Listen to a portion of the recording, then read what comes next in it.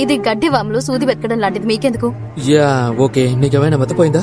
అక్కడ వెగ్నా తిరుగుతూ ఉంటే నువ్వు ఒంటరిగా వెళ్తావా? అది చాలా డేంజరస్. నీకు సాయం చేసేందుకు సరే అయితే నేను నాన్స్తో వెళ్తాను. మీరు కార్లో వెళ్ళి ఆ సైకాలజిస్ట్ సంగతి చూడండి. This is stupid. మేము ఆడపిల్లల మేమిద్దరం కలిసే ఉంటాం, ఓకే? ఒకవేళ మా అందరినీ ప్రొటెక్ట్ చేయాలనుకుంటే తప్ప.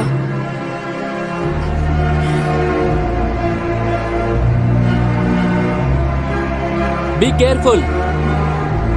దాని గురించి మాట్లాడుకుందామా? సారీ, దేని గురించిరా? ఇంతకుముందు నువ్వు చేసిన ప్రకృతి పని గురించి. నువ్వు నాన్సీని టచ్ చేయడానికి ముందుకు వెళ్ళిపోతున్నావు కదా, దాని గురించి.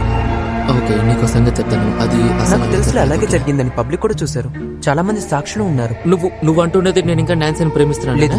నేనేం అనలేదు, చెప్తున్నా అంతే. దానికి నువ్వు రాబిన్ తో డేట్ చేయడానికి ఏమాత్రం ఇంట్రెస్ట్ చూపించుకోపోవడానికి సంబంధం ఉంది. అది దీనికున్న ఏకైక లాజికల్ ఎక్స్ప్లెనేషన్. అదొక్కటి మాత్రమే కాదు, నాన్సీకి సంబంధించి నేను ఒక ఫ్రెండ్ గా తనను ప్రొటెక్ట్ చేస్తున్నానంతే. ఒక ఫ్రెండ్ రా హెండర్సన్, ఓకే?